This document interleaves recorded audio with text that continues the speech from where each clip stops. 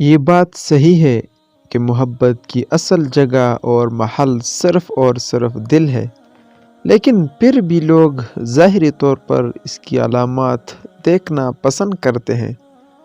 اصل میں محبت نام ہے اچھے اعمال کے مجموعے کا، جو ایک شخص اپنے محبوب کے لیے کرتا ہے، جس کے نتیجے میں محبوب کے دل میں بھی اس کے لیے محبت پیدا ہوتی ہے۔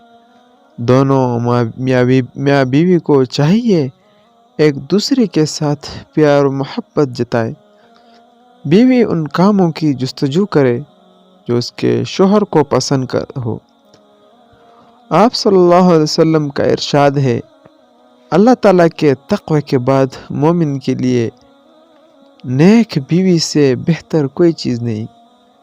اگر اس کو کسی کام کا حکم دیتا ہے تو اسے بجا لاتی ہے، اور اگر اس کی طرف دیکھتا ہے تو اسے خوش کر دیتی ہے، اور اگر اس پر قسم کھاتا ہے تو اسے پورا کرتی ہے، اور اگر اسے چھوڑ کر جاتا ہے تو اس کے جان و مال میں اس کی خیرخواہی کرتی ہے۔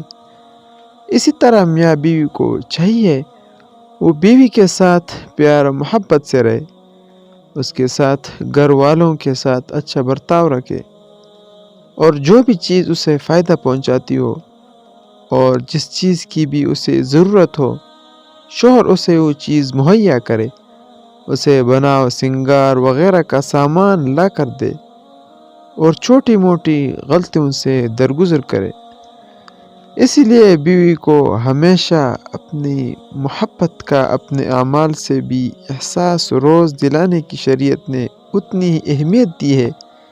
اگر کسی کام سے بھی شوہر کو باہر جانا ہو اور گھر میں بیوی کے علاوہ کوئی غیر موجود نہ ہو تو باہر جاتے وقت ایک دوسرے سے مل کر بوسہ لے کر جائے،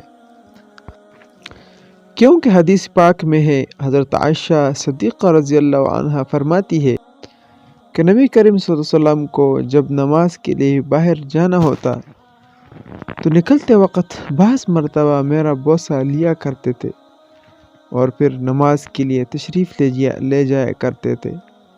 اللہ اکبر! اسی لیے تمام شوہروں کو چاہیے، اگر وہ گھر سے کسی کام یا آفس کے لیے جا رہا ہو تو جانے سے پہلے حضور صلی اللہ علیہ وسلم کی اس سنت کو ہی زندہ کرتے چلے جائے۔ تو میں قسم کھا کر کہتا ہوں، آپ کی زندگی میں وہ مثالی محبت پیدا ہوگی جس کی مٹاس کبھی ختم نہ ہوگی۔ ہمیں چاہیے ہم حضور کے سوا اسوہ حسنہ کی پیروی کریں۔